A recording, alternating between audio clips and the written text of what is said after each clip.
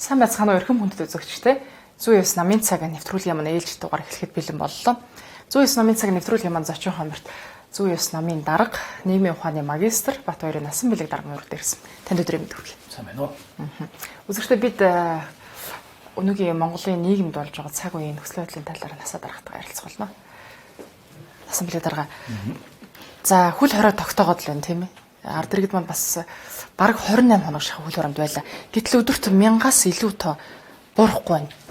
Энэ ер нь юунаас болоод нэж та үзэж байна? За яг өнөө 4 сарын 10-наас хойш хөл хорой тогтоолоо шүү дээ тийм ээ. Тэгээд одоо бараг сар болох гэж байна. 5 хоногийн дараа сар болно. Тэгээд хөл хорой тогтоогоод энэ одоо хөдөлгөөн хязгаарлагдсан, тодорхой хэмжээнд хязгаарлагдсан. Яг автобусанд ингэж чихэж явдаг асуудал байгаа. Гэхдээ одоо энэ хүний хөдөлгөөн бол тодорхой хэмжээнд хоригдсон. Тэгээд энэ халдварын тоо бол одоо буурах ёстой бол байх ёстой шүү. Ер нь ингээд 2-7 хоногийн дараагаас эхлээд үр дүн гарч эхэлдэг тийм ээ. Олуулсан жишг байна. Гэтэл манайд ерөөсөө энэ жишг нь ажиглагдахгүй байна л да. Тэгээд ялангуяа сүүлийн үед бол иргэд энэ үнэхээр одоо яагаад ингэж тийм ээ халдвар нь буурахгүй байна. Юунаас болоод байгаа юм бэ? Чин бүгдээрээ л хоригдож чинь тийм ээ. Ажиллаа хүртэл ажилдаа хүртэл явахгүй. Зайнаас ажиллах нь ажиллаад ингээд одоо ингээд чадлаараа зарим нь ингээд хичээж яхад халдвар ерөөсөө буурахгүй байна гэдэг асуудал зүйосоор тавигдж байна л да. Тийм. Тэгээ халдвар маань өнөөдөр 40,000 гараа явчлаа. Насарж байгаа хүний тоо 140 гараа явчлаа тийм ээ.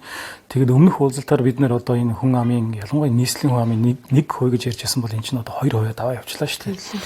Бүр одоо энэ чигээр байх юм бол одоо энэ эрүүл мэндийн салбар чинь бас л хүчин чадлаа дийлэхгүй, эмнэлэгт нөгөө хэрэгтэй үед нь хэрэгтэй хүндээ эмнэлгийнхаа үйлчлэг үзүүлж чадахгүй ийм нөхцөл байдал улмал даймжрах гэдэг байгаа байхгүй тийм ээ. Ийм нөхцөл байдал байна. Тэгээд яг энэ яагаад ингэж халдвар нь буурахгүй байна гэдгийг олон хүнээс асууж үзэж ин л да. Ялангуяа бүр мэрэгжлийн хүнээс нь хүртэл асууж үзэж ин тийм ээ. Тэгээд энийг бол бас сайн тайлбарлаж чадахгүй байна. Яг үнэ хэлэхэд тийм. Тэгээд одоо яг хуу маска буруу зөөж ингэж ярьж ин гадуур хөл хорон тийм ээ бас сайн хөл хорж чадахгүй байна гэж тайлбарлах хүмүүс байна. Тэг яг үнэ хэлэхэд энийг бол бас мэдж байгаа хүн байхгүй байна. Тэгээ нарийн судалгаа бас хийгдэхгүй байх шүү. Жишээлбэл одоо энэ урд нь бол 17-16 мянган хүнээс тийм ээ ингээд шинжилгээ аваад тэгээд 1000 гарч ирсэн бол одоо бол бараг 100000 хүн шинжилгээ авахт 1000 халдвартай гарч штэ тийм ээ. Тэгэхээр яг ямар хүмүүсээс шинжилгээ аваад байгаа юм. Тэгээд одоо жишээлбэл вакцины тариулсан хүн үү, тариулаагүй хүн үү гэдэг юм уу тийм ээ. Тэгээд оршин сууж байгаа газар энэтрээс шалтгаалаад ямар хүмүүсээс ингэ шинжилгээ аваад байгаа юм. Тэгээд яагаад гараад байгаа юм гэдгийг бас жоохон судалгаатайгаар ард түмэндээ бас мэдээлэл болгож өгөхгүй л энэ өөрөө аягүй их тийм төөрөгдлийг бий болгож байна. Аягүй их бохиндлыг бий болгож байна. Дээр нь бас хардталтай болж байна. Тэгэл одоо тэгэл захын хүн тэд харалдах дээр цаана бизнес явж байгаа л гэх юм биш үү тий. Ингиж одоо нийгэм бас бохиндлыг үүсгэмээр байна л гэж бодож байна. Тэгээ мэрэгжлийн байгууллагууд маш сайн судалгаа хийх хэрэгтэй байна. Тэгээ хинээс яаж шинжилгээ авах вэ? Ямар хүнээс нь илрээд нь гэдгийг бас нэг жоохон мэдээлэл өгөх сайн байна. Тодорхой байлгал их зүгээр байна л гэж би бодож байна тий.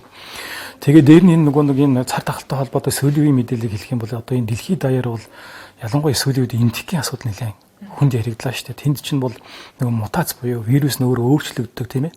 Тэгээд илүү тийм одоо төсвөртэй юм вирус болж байна гэдэг ийм асуудал яригдж байна. Хэд хэдэн төрлийн одоо мутац бий болчлаа гэж ярьж байна. Тэр талын мэдээлэл манад ерөөсөө алга байна гэдэг юу хэлмээр байна. Тийм. Мутацд ороод ирсэн юм ороогүй юм тийм ээ. Тэгээ ингээ 20 дахт халдвар яваад байна шүү. Тэгэхээр тэнд чинь нөгөө мутацанд орчихсан нөгөө вирус нь орж ирчээд ингээ тийм ээ яваад байгаа мó гэдэг асуудал бас байна л да. Тэгэхээр энэ дээр бол одоо олон юм тийм ээ одоо яахаас өмнө мэрэгжлийн хүмүүс нь одоо маш зөв мэдээлэл иргэдэд өгөх юм чухал шаардлагатай байна л гэж харж байна. Манад бас хөл хорой чанга тавилаа гэж хэлж байгаа бол сул байгаа болов уу анзаардаг. Юу гэхээр энэ тэгэхээс орж ирсэн 3 иргэн Дундгов аймагт тий тусгаарлалтанд байсан чинь гараад чөлөөт явж байсан зураг нь хүртэл сошиал дээр тавигдсан шүү дээ. Тэгэхээр яг энэ чухам үйлчлэх ёстой хүндээ үйлчилж байна уу юу? Яг үнэ тий. Тий. Тэгэхээр тиймэрхүү мэдээлэл ингээл явахлаар чинь иргэд бухимдаж байгаа байхгүй. Гэртээ ингээл хоригдоод байна тийм ээ. Гэртээ хүн чармаагаад байхад тэр нөгөө газар ингээ хариуцлага алдсан байхлаар эн чинь өөрөө нийгэмд аягах бухимдлыг бий болгож байгаа. Тий. Тэгэхээр ийм гаргамаар байна. Шар чадандаа хариуцлагатай ёс зүйтэй баймаар байна л гэж тийм ээ. Тэгээ дээр нөгөө бас нэг өмнө яригдсан шүү дээ. Одоо ингээд шинжилгээний хариуг сольдог гэдэг. Ингээл алга болчихж байгаа байхгүй. Хариуг өгөх хэрэгтэй байна. Судалгаа хий гэж хариуцлага тооцооч гэж хэлмээр байгаа байхгүй тийм ээ. Тэгэхээр энэ болгон дээр ингээд нэг жоохон тийм назгаа байдал ажиглагдж байна. Ялч байх. Нэг хэсэг шугал тэгээд барагдчих юм а тийм. Тэгээд юуны төрөнд ер нь халдвар хамгаалах хамгийн чухал арга бол вакцина хийх шүү дээ. Иргэд яагаад хүсэлтээр вакцина хийлгэж чадахгүй юм болов гэж би бас сүүлж өнөд гайх чинь. Тэгээ сая засгийн газрын шийдвэр гарлаа шүү дээ өчтөр тийм ээ. Хоёр дахь тундаа хамрагдсан хүмүүст 50,000 төгрөгийн урамшуул болгоно гэж ингэж хүчээр хэлэх шаардлага байгаа мó үгүй юм уу тийм ээ. Энэ тал дээр та юу гэж бодож За яг үнэн тий. Одоо энэ шийдвэр яагаад гараад ирв тийм ээ? Хэн гаргах ч юу? Ямар тооцоотой гаргаад ирв тийм ээ? Хэдэн хүн 50,000 төгрөг өгөх гэж байгаа. Айгүй ойлгомжгүй байна. Яг үнэн хэлэхэд тий. Тэгээд одоо эн чинь яг энэ вакциндаа хамрагдсан хүний тоо гэх юм бол нэгдүгээр тунд хамрагдсан хүний тоо чинь сая 200,000 байгаа. За хоёрдугаар тунд хамрагдсан хүн чинь 500,000 байгаа. Ингээ яг нэг хоёрдугаар тундаа хамрагдчихэж өшөө нэг 14 хоног гэртээ байж эн чинь дархлаад огтсон шүү дээ тийм ээ. Энийг аль бол хурдан хийх хэрэгтэй л байгаа л да. Гэхдээ би өөрөө бас хоёрдугаар тунгаа хийлгэхэд очиход ерөөс айгүй хоосон байсан байхгүй. Хүн байхгүйсэн. Нөгөө нэг одоо вакцин хийлгэж байгаа газар шүү дээ тийм ээ. Тэгээд ингээд иргэд дунд ямар яриа явж ирсэн бэ гэхээр би тэрнийг чийлгэн энийг чийлгэн тэ хүний ирэх гэсэн юм яригдж байсан л да тий. Тэгээ яг нэг талаас бодох дээр ингээд одоо ингээд мөнгө өгж ингэж тийм ээ вакцинд хамруулах нь зөв юм уу буруу юм. Би нэг аюу гайх чинь тий аюу гайх чинь. Ягаад үг гэхээр эн чинь нэгдүгээр өөрийгөө эрсдэлд оруулж ин тэр хүн бол тийм ээ. Дээр нь нийгэм иргэн тойрныхоо хүмүүсийг эрсдэлд оруулж байгаа байхгүй юу. Тэгс мөртлөө ингээд вакцины хийлгэхгүй байгаад шүү дээ. Тэгэхээр тэр хүмүүст одоо тэгээ тэгж байсныхын төлөө шан харамж өгöd байгаа юм хаашаа тийм ээ. Энийг ойлгохгүй. Тий. За тэгээ тариулсан хүмүүс нь яах юм? Хоёрдугаар тунгад тариулсан хүмүүс нь яах юм тийм ээ. Тэгвэл бид нар ч гэсэн авъя л да гэж хэлэх хэрэг үүсвэл яах вэ? Асуудал үүсвэл яах вэ тийм ээ. Энэ аюу ойлгомжгүй. Ямар журмаар хэн тооцоо хийж байгаад яаж ингэ шийдвэр гаргасан ирсэн. Аюу ойлгомжгүй байна. Тий. Нэг ийм иргэн хүний хувьд бас нэг хардталт байна надад дарга. Яг ингээд сонголт өгч шүү дээ тийм ээ. Сонголт өгөхөөр л гинтэл янз бүрийн юм гарчрал мөнгө тарах болоо явшаа. За энэ уучлаар би энд ярих зүйл биш баг. Гэхдээ би бол Монгол Улсын иргэн хүмүүс л бодлоо илэрхийлэх хэрэгтэй тийм ээ. Энтэй холбоотой юм болов уу гэж бас хардж байгаа эсвэл хүмүүс байна. Тий, яг үнэ ингээд нөгөө мэдээлэлгүй байхлаар чинь хардталтай бий болгох байхгүй. Тий. Тэгэхээр энэ улс төрд нөгөө нэг тийм accountability буюу тайлбарлах чадвар, тайлбарлах үүрэг гэж байдаг. Тайлбарлах хариуцлагч гэж ярьдаг тийм ээ. Өөрөөр хэлбэл яагаад ийм шийдвэрийг гаргасан, яагаад ийм сонголтыг хийсэн, үр дүн хизээ гарахын, хэн хэрэгжүүлэхийн, үр дүнд нь хэн хяналт тавих юм гэдэг айгүй тодорхой тайлбарлах тийм үүрэг байдаг улс төрд төрийн албанд гэсэн үг шүү дээ тийм ээ. Энэ зарчим юусоо хэрэгжихгүй байна гэж харж байгаа. Тэгээ энэ зарчим нь хэрэгжихгүй мэдээлэлээр хангахгүй ард түмэнд мэдээлэл өгөхгүй ард түмэн ч өөртөө сонсоод нэрээ тийм биш гэж бодож хүлээж авах хэрэгтэй байхгүй юу. Тэгэх юм бол бохинд л үүсэхгүй. Гэтэл тийм мэдээллийг ингэж яг ингэж нэрээ тийм штэ гэж бодтол нь мэдээлэлээр хангаж чадахгүй байгаа болох дээр иргэд бохиндж байгаа. Тэгээ тэрний цааталт нь юу үүсэх вэ гэхээр хардталт үүсэж байгаа байхгүй. Бизнес явж гин улс төртэй холбож гин энэ хөл хориовч гэсэн учраас сонгох бах. Ягаад гэвэл ардын нууд ашигтай энэ төр гэл тийм ингээ яриад эхэлж байгаа байхгүй тий. Тийм яри гарна шүү дээ. Гарах байхгүй. Тэгэхээр энийг гарахгүй байхын тулд яах ёстой гэхээр улс төр нь өөрөө хариуцлагатай байх ёстой. Маш ил тод байх ёстой. Тий. Ерөөс энэ зорчсон одоо тийм тогтсон дүрэн байхгүй. Тийм зарчим хариуцлага гэдэг юм бол. Ерөнхийлөгчийн сонгуульд өгөхөд ирэхээр л нөгөө борооны дараа мууг гараад ирсэн гэдэг шиг элдвийн юмар араас гараад ирэх юм а тийм ээ. Тий. Тий. За ерөнхийлөгчийн сонгуул ер нь яаж явагддаг юм бол? Тий, одоо ерөнхийлөгчийн сонгуул бол яг тэ манай Монголд бол тийм ээ бүх ард түмнээсээ сонгодог хуулиараа тийм одоо хуулиараа тийм хуультай байгаа шүү дээ. Бүх ард түмэн бүх хүмүүс өөрсдөө очиж сайн дураараа өөрсдөө саналаа өгдөг ийм одоо тогтолцоотой явж байгаа. Бүх Монгол улс маань нэг тойрог болно гэсэн үг.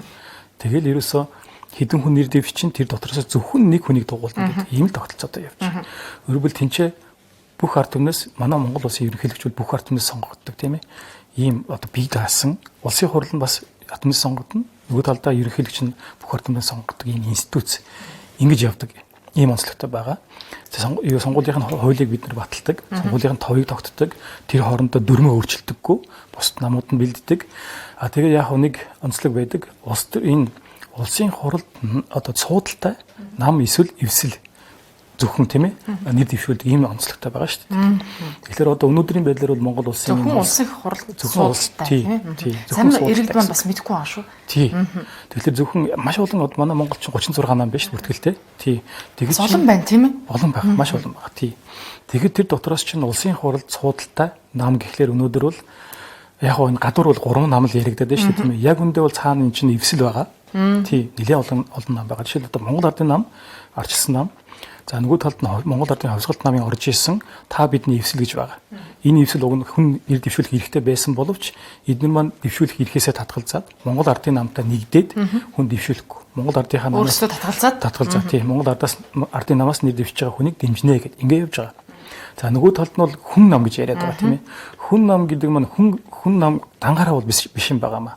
Хүн нам чинь бол зөвхөн электрод эвсэл гэдэг. Энэ эвслийн нэг нам юм байна. Нөгөө талд нь бол тодруулъя. Зөвхөн электрод эвс маань зүй ёс нам тийм үү? Зүй ёс нам, Монголын социал-демократ нам, хүн намын эвсэл юм байна. Тий. Тэгэхээр энэ эвслээс одоо бид нэр саяхан тийм ээ Дангасрынгийн инх бод гэж хүнийг нэр дэвшүүлнэ гэд зарласан. Тэгэхээр энэ эдгээр намууд чинь улсын хурлд одоо суудалтай нам гэж явж байгаа. Тэгээ эндээсээ бид нар бол тийм ээ одоо нэр дэвшүүлдэг. Тэгээд тэр нэр дэвшүүлсэн хүнийг нь бүх ард түмнэрээ ингэ сонгодог. Нэг юм тогтцоотой бид нар явж байгаа. Тий. Тэгэхээр бас иргэд маань төөрөлдөж болохгүй нэрсээ зөвхөн ардын нам, зөвхөн ардчилсан нам гэж байхгүй байгаа юм тийм ээ. Ер нь бол юу үгүй яг ингэж ойлгоод байгаа шүү бас. Тий, ардын нам хоёр намаас сонгох ёстой юм шиг юм бодоод байгаа шүү. Монгол ардын нам маань одоо жишээл Монгол ардын хувьсгалт намтай нэг болчлоо шүү дээ, тийм ээ. Тэгэхээр чинь тэнд бас нэг юм эвсэл бий болчлоо гэсэн үг. Ардчилсан нам бол одоо асуудалтай байна. Дотроо хоёр багтсан, тэгээ хүлээж авсан аваагүй гэл тавин зарим нь одоо ингээл гадаа үсгэлэн зарлж шүү дээ хөрхий тийм ээ. Ийм нөхцөл байдалтай байж юм тий. За манай эвслээс бол бид нар хүн дэвшүүлсэн тий. Тэгээд манай дэвсэлч нь 3 нам байж идэг тийм ээ. Тий. За бас ардчилсан нам маань суулт хийгээд нэлийн юм бол ард иргэд мэдж байгаа шүү дээ. Яг тэр цаг үед бол цагдаа нар ирээд тэр доороо дэвсгүүлсэн эсхийг гуцс бүх юм аваад цухтаад бүр гүүж илээ би бүр нүдэрээ харсан. Энэ ер нь юу л болоод байна. Харин тий бас яг хөө өчигдөр юу болсон бэ гэхэлэр сонгуулийн ерөнхий хороонд бүх нөгөө нэг улсын хурал судалтай тийм ээ нам эвслүүд маань одоо нэр дэвшигчийн материалыг аваачиж өгөх.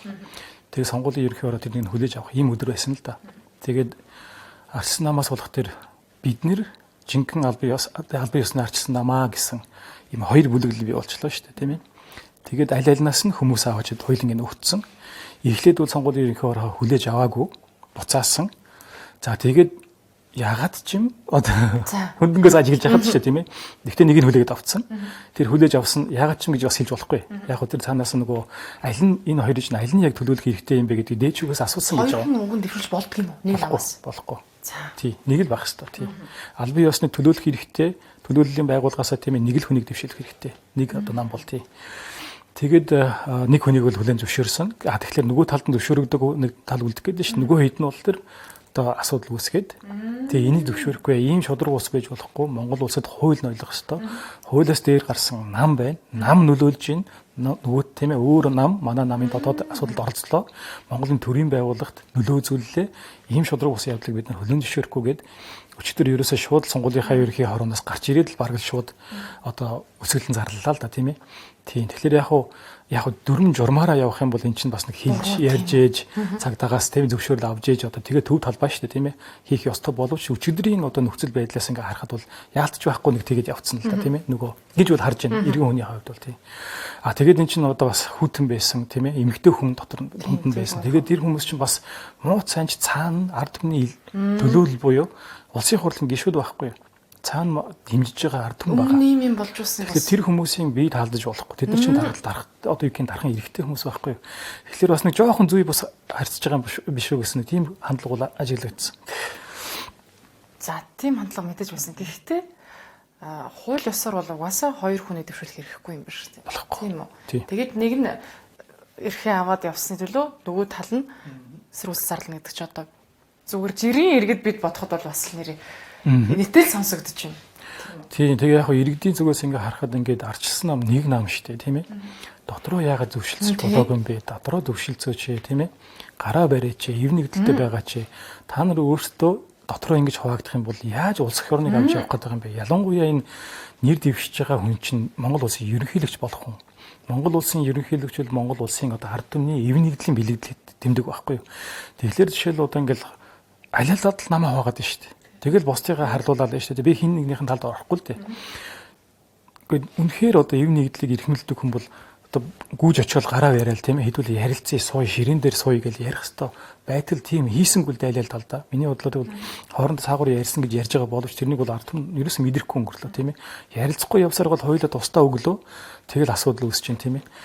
Тэгээ энэ бол их одоо буруу жишээл гэж би бол харж байна тийм. Тэгэхээр одоо эндээс гарч ирсэн хүн үнэхээр одоо ерөнхийлөгч тийм ээ нэр дэвшээд сонгохдаггүй юу би бол одоо илж мэдэхгүй л байна тийм нэг л. Нөгөө ийм үг гэсэн. Дээрээс судлаа болохгүй бол доороо яаж хөдлөө болох юм тийм ээ. Удирдагч албан тушаал за Монголын одоо урдаа барьдаг хүмүүс шүү дээ. Одоо ер нь бол ингэж ойлгож байгаа. Ийм хүмүүс маань ингээ уучрах болохгүй хаа доор нэгээ иргэд бид ер нь яаж байх хэвээр юм тийм ээ. Тий, яг үнэ. Одоо тий иргэд байна. Дээр нь одоо жишээл зүй ёсноо бол нэг 2 жил болж шít байгуулагдаа тийм ээ. Би ч гэсэн бас тодорхой хэмжээнд ингээд дотор нь ороод ингээд явж байхад яг үнэ ихлээр бид нар ч гэсэн мэдээлэл байгаа байхгүй. Яахаа мэдэхгүй. Юу болоод байгааг мэдэхгүй. Ийм л байдалтай байна. Тий. Тэгэл одоо энд нэг хүн гарч ирэл наа чи эднэр ингэж байгаа байхгүй гэж ямар ч баримтгүй юм ярьдаг. Тэгээ нөгөө талд нь дахиад нэг хүн гарч ирээд наа чи худлаа ярьж байгаа байхгүй ямар ч баримтгүй юм ярьдаг. Ийм л юм дотор улс төр явдаг юм нэг сайн. А тэгээд тэр цаанаа дандаа хуйлдаан явж яадаг.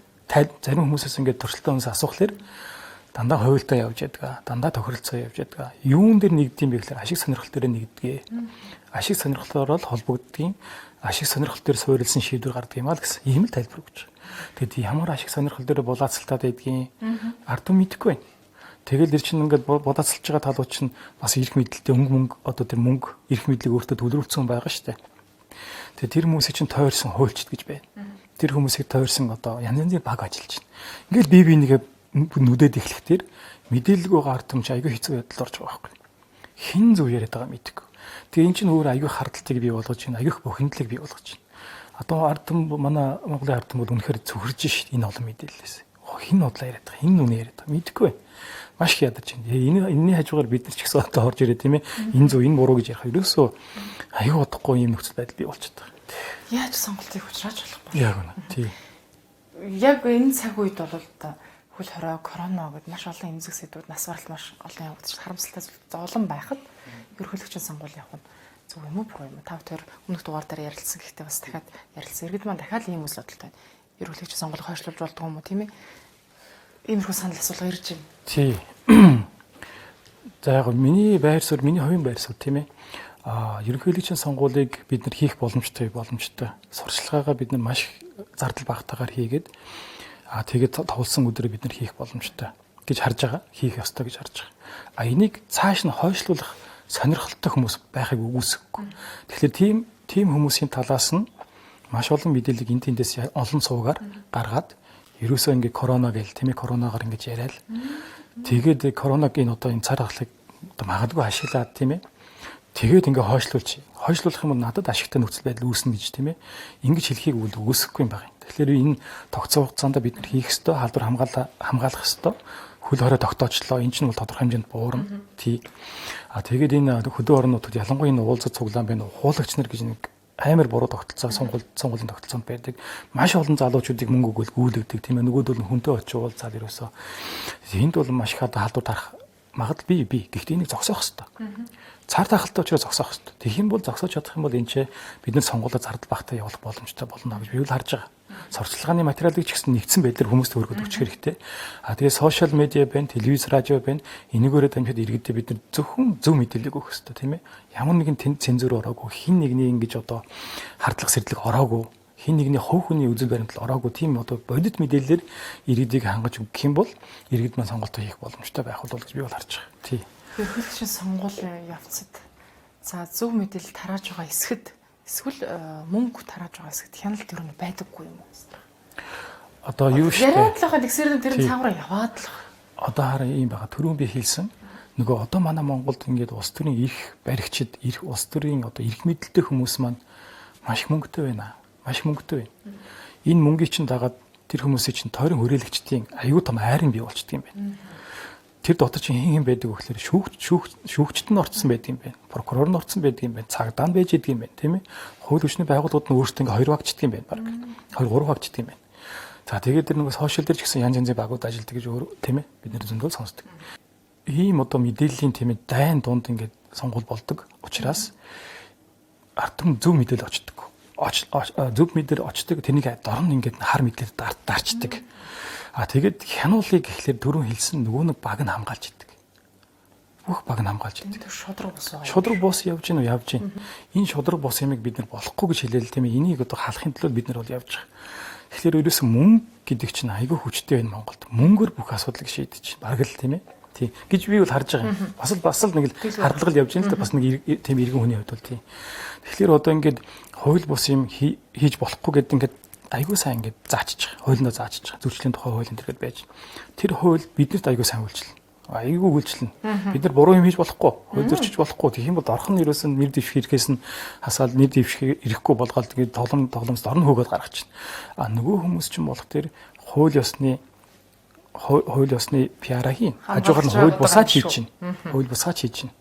Тэг мөнгөөч тараач. Бүгдээр л ярьдаг сэдв шүү дээ. Манай Монгол ард бүгдээр л мэдж байгаа. Мөнгөний авч чинь бетон тарааж гинүү тарааж гин хевс тарааж гин тарааж гин тий. Горил удаа хүртэл тарааж шүү. Энд чинь өөрөө тийм тарааж гин гэсэн чинь хууль бус юм байхгүй юу? Гэтэл энийг бид нар өөртөө харсаар байж тэгэл явж л байгаа байхгүй тийм ээ. Тэгээд нөгөө тараасан хүнийг нь бид нар барьж аваад шоронд хийхлэж чадахгүй байгаа зү. Өнөөдөр хүртэл хэнийг ч одоо хариуцлага хүлээлгээгүй шүү дээ. Авилгалын хэрэгээр бид нарыг одоо яг цөөлөн үдний ганц хоёр тийм хэрэг гарч ирсэн. 2019 он хүртэл нэг ч авилгалын хэрэгээр тийм ээ бид нар шийдэгсэн хүмүүс байхгүйсэн шүү дээ. Энийг бол нөгөө Amnesty International гэдэг байгууллага дээр одоо хүний эрхийн байгууллага дээр ярьж ирсэн байхгүй. Авилгал Монгол улс авилгалаараа бол тийм ээ маш одоо доор орж байна. Маш муу нөхцөл байдалд байна. Гэтэл авилгалтад тэмцэж чадахгүй байна. Тэмцэх байгууллага нь байгаа мөртлөө нэг ч хүнийг хариуцлага хүлээлгэж чадахгүй байна гэдэг асуудлыг саяхны хүртэл ярьж ирсэн байхгүй. Тий. Тэгэхээр ийм байх. Их сонирн байгаа зү. Үнэхээр шудраг бус юм явж чинь. Хууль бус юм хийж чинь. Мэдэж гин. Зарим хүнд нь хууль нь үйлчлэхгүй байна. Тэгэхээр одоо энэ ард түмний ярьж байгаа хардлагууд биш үү? Энэ одоо хууль бусаар нам нөлөөлж байна. Хууль бус шийдвэр гаргаж байна. Хууль бус тийм ээ шүүхийн одоо шийдвэр гарлаач гэдэг юм уу? Энэ болгон чинь ингээл ийм хардах их үсрэг бий болгоод байгаа байхгүй. Хардах үндэслэл нь бий байна шүү дээ. Зам тийм ээ. Ийм нөхцөл байдалтай л бид нар амьдраад байна. Ийм нийгэмд л амьдраад байна гэж харж байна. Сэргийн хүмүүст харамсаж байна. Маш хэцүү нөхцөл байдалтай байгаа. Тэгээд бид нар чинь ийм нийгмийг үр хөвгтөд үлдэн шүү дээ. Тэгэхээр нөгөө нэг эрх мэдэлтэй хүмүүс чинь мөнгөтэй хүмүүс чинь яах вэ? Эрх мэдэл нь улам нэмэгдэн цааш. Улам нэмэгдэл яваад байна. Тэсвэлдээ дийлдэхэ бол. Тэгээд энэ хүмүүс чинь яах вэ гэхээр ерөөсөө сүлдийн арчил гэдгийг чинь үүсгэж эхлэв. Арчил хэрэггүй юм байна. Тэгэл ингээд цор хийж идэг хүмүүс яг үнийг хэлгээд тэр хүмүүс ч бол айгүй ядгатай санагдсан шүү дээ. Тэгэл бүгдийн нухчин дараал. Тэгэл дороо хэл нөгөө хаалтын гэрэмэрэ гэж ярьдаг шүү тийм ээ. Энд чинь нөгөө юм хэлсэн юм хэлүүлэх сонирхолгүй нэ гэсэн үг байхгүй. Ард энэ чинь арчил шүү дээ. Хүн юм хэлэх хэвээр, эрхээ эдлэх хэвээр байдаг. Тэр болгоныг ингэж хааж шүү дээ тий. Ингээд энэ чинь ингээд цаашаа даймжирах юм бол аюу аюултай. Нөгөө нэг навын дарангуул эсвэл нэг хүний дарангуулж гэдэг юм ийшээ явчих маш их магадлал байдаг юм а. Тэгэхээр энэ болгоныг бид нэр одоо л хязгаарл одоо азаарлаж авахгүй бол болохгүй болчиход байна л гэж ярьж байгаа. Тэр ч утгаараа бид нэр өнөөдөр хүртэл нөгөө нэг том намуудын гаргаж ирээл тийм ээ шахдаг байсан сонголтыг тийм ээ шахдаг байсан сонголтыг бид нэр сонголттой сонгол болгох гээд ялангуяа энэ жил бол бид нар маш тийм ээ хичээсэн, ажилласан, ард түмнээсээ бид нар санал асуулга хийсэн. Тэгэхээр үнэхээр одоо ард түмнээ итгэл ийг хүлээсэн, хүндлэлийг хүлээсэн хүнийг бид нэр бол одоо нэр дэвшүүллээ гэж харж байгаа тийм. Тэгэхээр энэ мэтэр бид нэр өөрчлөлтийг хийх хэрэгтэй юм байна. Тийм багаар. Тэгээд иргэд маань ч гэсэн хариуцлагатай хандах хэрэгтэй байна. Ирээдүйдээ өөрийгөө хайрлах хэрэгтэй байна. Үр хүүхдээ хайрлах хэрэгтэй байна, тийм ээ. Энэ чигээрээ байж болохгүй. Би хэрсүү байхгүй болохгүй. Би зөв мэдээлэлээр дүгнэлт гаргахгүй болохгүй юм байна, тийм ээ. Гэдгийг маш сайн бодохгүй бол тийм. Яг энэ чинь ингээд цаашаа явах гэдэг юм шүү. Тэр одоо ингээд сошиал дээр явж байгаа мэдээлүүд чинь дандаа худлаа шүү. За дандаа худлаа гэх нь одоо бас хэдрүүлэг байж магадгүй. Гэхдээ одоо ялангуяа ингээд сонгол ойртсон байгаа үед нэг мэдээлэл гараад доотлолт нь баахан ингээд комент явлаа гэхэд тэр чинь одоо тэгээд дандаа хөлсний хүн байх магадлал бас байдгийн байлээ шүү. Тийм болох дээр тэр комментээр амьдрах биш. Хин нэгний гаргасан тийм постоор амьдрах биш. Яг өөрөө бодтой мэдээлэл олж авах хичээгээрэй л гэж хэлмээр байна. За 36 нам байдаг гэж таярлаа шүү дээ Монголд. Тэгэхээр нам гэж юу юм бэ? Намын тогтолцоо юу ямар байх хэвчээ? Ямар хүмүүс намын эрх авч болдго юм бэ? Энэ талаар жаахан дэлгэрүүлж иргэдэд мэдүүлж өгч. Тий. За нам гэдэг бол яг хуу англиар бол party гэсэн үг. Тэгээ part гэдэг чинь нэг юм хэсэг л гэсэн үг л дээ. Тий. Тэгэхээр ард түмний нэг хэсэг л байхгүй юу? Тэгэхээр ард түмний нэг хэсэг буюу нэг хэсэг хүмүүсийн нэгдэл гэж ойлгож байна. За энд юу байх хэвчээ вэ гэхээр үзэл баримтал байх хэвчээ. Бид нэр юуг зарж байгаа юм? Бидний үнэт зүйл юу юм? Бидний алсын хараа юу юм тийм ээ гэсэн ийм юм байх хэвээр. За тэгээд энэ хүмүүс бол энийг ард түмэнд аягүй сайн танилцуулаад таниулаад тэгээд дэмжлэгийг олоод тэр дэмжлэг дээр үндэслээд төрийн эрхийг тэр одоо үнэт зүйлээ хэрэгжүүлэх тэр үзэл баримтлалаа хэрэгжүүлэхийн тулд төрийн эрх мэдлийг авах хэрэгтэй болдог. Энийн төлөө явдаг ийм хэсэг бүлэг нэгдлийг ерөнхийдөө нам гэж ойлгож болно. Тий. Тэгэхээр улс төрийн намд бол гишүүн байх хэрэгтэй. Хүмүүс байх нь шүү дээ. Эхлээд заавал хүн байх хэрэгтэй. Ард түмний нэг хэсэг учраас гишүүд байх хэрэгтэй. Тэгээ манай Монгол улсын хуулиндаа бол 801 гишүүн, доотлон 801 гишүүн байх хэрэгтэй гэж заасан байдаг. Боловч энийг бол өөрчилсөн. Үндсэн хуулийн өөрчлөлтөөр өөрчлөөд 2028 оноос хойш нэг намын гишүүн бол 20,000 гишүүнтэй байх хэрэгтэй гэж заасан. Одоо 28 оноос хойш гэсэн. 28 оноос хойш гэсэн тий. Тэр маш олон байх. Маш олон болчихж байгаа. Тэгэхээр тэр олон хүмүүсийг хамрах хэрэгтэй болчихно гэсэн үг шүү дээ тий. Ийм одоо заалтууд явж байгаа шүү цаана тий. За өнөөдрийн байдлаар бол 801 хүнтэй хүний гар хэсэг цуглуулад үзэл баримтлан тодорхой тусаад ингэсэн одоо нэгдлийг тийм ээ хүмүүсийн одоо үзэл санааны нэгдлийг гэсэн үг шүү дээ. Намаар бол бүртгэж авах боломжтой байгаа тий. За ийм хүмүүс за энийг бол нам гэж хэлж байгаа тийм ээ тий. Тэгэхээр 20,000 гэхлээр бас цаашдаа илүү хэцүү болох юм да тийм ээ. Шинээр гарч ирж байгаа боловсролтой залуучууд маань гинт мэдэхгүй байж байгаа 20,000-ны гар үсэг тий итгэл үнэмшил цуглуулна гэдэг бас хэцүү болох нь. Тий одоо энэ нөгөө яг 20,000 хүнтэй гэд аваад үзэхдээ энэ шалгуурыг хангаж чадах нам гэхлээр өнөөдөр Монголд бол 3 нам л байна. Аль нэг гэхлээр Монгол ардын нам байна. 300,000 гишүүнтэй гэж өөртөө хэлж байгаа. Арчилсан нам байна. 200,000 гишүүнтэй гэж хэлж байгаа. За Монгол ардын хавьсгалт нам байна.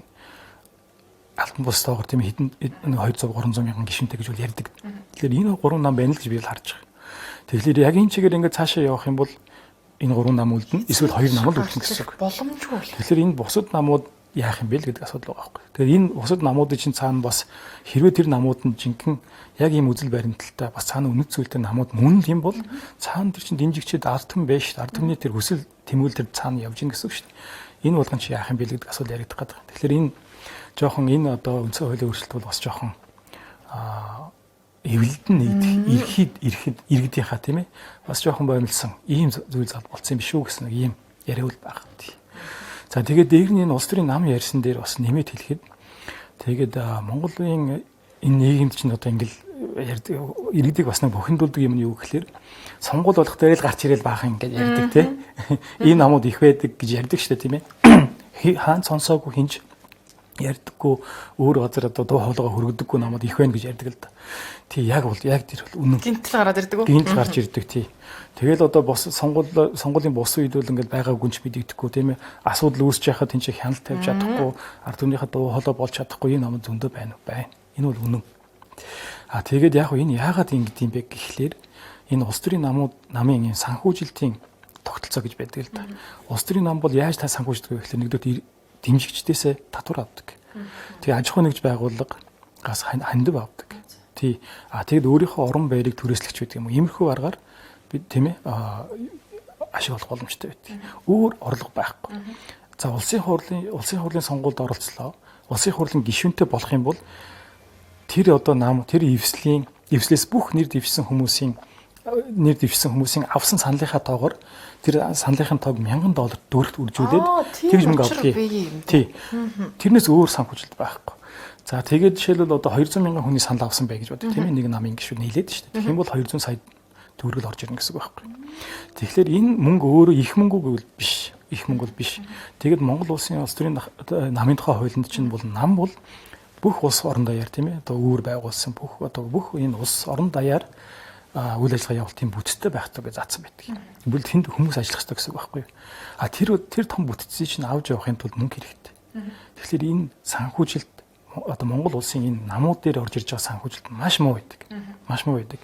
Баруун Европын орнууд, Герман энэ гэдэг улсад болох тэр энэ улс төрийн намын 70% санхүүжилтийн 70%-ийг улсаас нь өгдөг. Тэгээд улс төрийн намууд юу хийх ёстой вэ гэхээр нэгдүгээр өөрсдөө үзэл баримтлаа маш сайн боловсруулах ёстой. Үнэт зүйлээ маш сайн боловсруулах ёстой. Хоёрдугаарт нь соён гэгэрүүлэх, ард түмний соён гэгэрүүлэх ажлыг хийх ёстой. Мэдээлэлээр хангах ёстой. Гуравдугаарт нь хяналт тавих ёстой. Ирэх баригч нам гэж байхад нөгөө гаргаж байгаа шийдвэрт нь та нар яагаад ингэж гаргаж хинд ашиг сөрөг хүчин байх ёстой. Сөрөг хүчнийхээ үрийг үүсгэх ёстой тийм ээ. Тэгээд мундаг улс төрчдийг бэлдэж явах ёстой. Өөрөө боловсон хүчнээ бэлдэж явах ёстой. Хизээч засгийн эрхийг авахд засгийн одоо нөгөө төрийн албыг тийм ээ бүдрээчлэгүүгээр авч явах ийм чадaltaй болцсон байх ёстой. Тэгэхээр ингэж улс төрийн нам төлөвшөх, улс төрчид гарч ирэх төлөвшөх ийм тогтолцоо Монголд бол байхгүй. За ийм тохиолдолд яах вэ гэхээр тэгээд бос ардын нам яаж явагдгийг тийм ээ арчсан нам нь яаж болоод байгаа гэдэг асуумар санаж байгаа шүү дээ тийм ээ. Асуумар санаж. Маш их мөнгөтэй л байгаа шүү дээ тийм ээ. Энэ мөнгө нь хаанаас орж ирээд байгаа юм бэ тийм ээ гэж асуумар байдаг. Харин тий. Аюул сонин. Ингэж л яваад энэ юм. Тэгээд мөнгө тэн төвлөрөөд байна. Ирэх мэдлэн тэн төвлөрөөд байна. Бусад намууд нь юусоо дэше гарч иж чадахгүй. Жохон гарч ирэх гэхлээр л дээрэс нь ламт очдөг тийм ээ. Тэгэхээр энэ Монголын ардчил өөрөө жохон гажуудчаад байна л гэж бид нар харж байгаа. Ийм байж болохгүй л гэж харж байгаа. Монголын төрд хариуцлага хэрэгтэй. Монголын төрд хяналт хэрэгтэй. Тэг хяналт гэдэг чинь уг нь бол Монголд хэрэгтэй зүйл байхгүй юу? Үнэхээр Монголынхаа төлөө гэсэн сэтгэлтэй ирэх баригч бол надад хяналт хэрэгтэй л гэж ярих хэрэгтэй байхгүй юу? Намайг хэн хянах? Миний зөв хийж байгааг хэн хянах юм? Хянаач гэж хэлж явах хэрэгтэй байхгүй. Гэтэл тийм байхгүй шүү дээ. Нөгөө хянаж байгаа намуудыг намнаал гэдэг тийм ээ. Нөгөө улс орныг авч явах чадaltaй залуучуудыг бүгдийг намнаж шүү. Бараг ерөөсөө улс руу оруулахгүй юм тийм ээ. Тэгэл гарч ирэх гэсэн нэг л янз янзын асуудал үүсгэл ингээл тийм ээ. Тий. Асуудал мэдээж эн чинь асуудлыг бид нар шийдэх хэрэгтэй л да тийм ээ. Янз янзын асуудал гаргаж болохгүй, хууль бус юм хийж болохгүй. А гэхдээ яг хууль ёсоор ингээд явах гэхлээр ингээл алхам болгонд бүдрэх гэдэг байхгүй. Алхам болгонд хаалт байдаг. Нэг юм маш хэцүү нөхцөл байдалд л одоо босод намууд ажиллаж байна л гэж хэлмээр байна. За тэгээд тэр олон намууд дотор ч яадаг вэ гэхээр манай Монголын бас сонгуулийн тогтолцоо байна. Хэлмээр байна. Монголын сонгуулийн тогтолцоо яадаг вэ гэхээр урд нь бол мажоритар буюу нэг тойрогоос жижигэрүүлсэн тийм тойрог байсан. Мажоритар тогтолцоо гэх. Тэр нь яах вэ гэхээр нэг тойрогоос нэг хүн гарч ирдэг байсан. А дараа нь жоохон пропорционал болсон. Гэдэг нь яг намынхаа нэрээр бас жоохон санал аваад тэгээд тэндээсээ хувилаад тэгээд тэр намын гишүүд нь бас улсын хурлд орж ирдэг. Ийм нэг тогтолцоог 2012 онд бид нэр хэрэгжүүлж ирсэн. За дараа нь томсгосон тойрогтой болсон тийм ээ. Бид нэр одоо 2020 онд бол томсгосон тойрогтой буюу нэг тойрог дээр 3 хүн бид нэр сонгосон. За ийм тогтолцоод байхад одоо маш их мөнгөний сонгуул болдог. Ерөөсөө бие биенээсээ дээр гарахын тулд мөнгө хайдаг байхгүй. Маш их сурталчилгаа хийдэг, маш их сторк явуулдаг, маш их хүн ажилуулдаг. Ингээ манай сонгуулийн тогтолцоо нь өөрөө мөнгөний тийм ээ тогтолцоо бий болсон учраас асар их мөнгө тэнд явж идэг. За тэгээ гарч ирсэн хүмүүс нь өөрсдөө яах вэ гэхлээр мөнгөнийхөө л өөрчилж байгаа байхгүй. Тэнд бол маш өөр үнэт зүйлтэй хүмүүс гарч ирж байгаа. Тэр энэ тогтолцоо зөв тогтолцоотой байх, хяналт байх хэвээр ард түмнээ бодох хэвээр гэдэг юм чинь жоохон хоёрдугаар игний тавигчаад байгаа байхгүй. Тийм учраас манай Монгол манаас хөгжихгүй байна. За тэгээ нөгөө их мэдлэлтэй хүмүүс маань зөвхөн өөртөөхөө судлыг хамгаалах, дээр нь мөнгөө яаж хариуцуулах вэ гэдэг дээр төвлөрчж байгаа учраас нөгөө улсаа хэн бодож байгаа юм бэ гэдэг асуудал байна. Нэг юм яваад байгаа. Тийм. Яг л ард түмний жирийн иргэд бидний хэлэх гэжсэн хүсэл бодлыг тавал хэллээ. Тэгээ иргэдийнхаа төлөөлөл болж үгүй хэлдэг. Асуу дарахтаа маш их баярлалаа. Ингээ нэвтрүүлгийнхаа сүүлийн мөчийг танилцуулъя. Тийм. Тэгэхээр одоо бид нэр гэхдээ яг ер нь бол би бол Монголын хувь заяа, Монголын иргэдийн, Монгол ард түмний хувь заяа бол би бол итгэдэг. Монголын ард түмэн бол ухаантай. Тэгээд зориг агсан хэлсэн байдаг шүү дээ Монголынхаа төмний ард түмний одоо саруул ухаанд итгэж байна гэдэг би бол итгэдэг. Тийм бол хамгийн гол нь гэхдээ иргэд маань одоо жоохон мэдээлгүй байна гэж харж байгаа. Энэ дээр бол би аль болох л одоо иргэдэд мэдээлэл өгөхийн төлөө ажиллая гэж бодож байгаа. Иргэд маань ч гэсэн бас зөв мэдээлэл, бод мэдээллийг олж авах дээр бас хичээгээсэй гэж хүсэж байна. Цаар тахлан байна уу, ус төр нь байна уу яг адилхан. Яг л хүн гэдэг амтэн чинь өөрөө алхам тутамдаа сонголт хийж яадаг. Энэ сонголтыг зөв хийхин тулд зөв мэдээлэл байх хэрэгтэй. Тэгэхээр зөв мэдээллийг л бид нар зөв суугаас олж авахыг хичээгээсэй. Тэгээд дээр нь олж авсан мэдээлэлээрээ жоохон хэрсүүд байдлаар нэрээ юу, үнэн үү гэдэг байдлаар хандаж ингэж шийдвэр гаргаж явах юм бол Монголын одоо хувь заяа бол айгүй сайхан байна л. Бүх юм сайхан болно гэдэгт би бол итгэдэг. За энэ төлөө бас ард түмнийхээ дуу хоолой, тийм дуу хоолой нэг хэсэг нь байж магадгүй чадлаараа бас явнаа л гэж бодож байгаа. Баярлалаа. 109 намын цаг нэвтрүүлэгтэйгээ хамт байсан үзэгч танд баярлалаа. Дараагийн нэвтрүүлгээр хэрэг уулзлаа. Түр баяртай.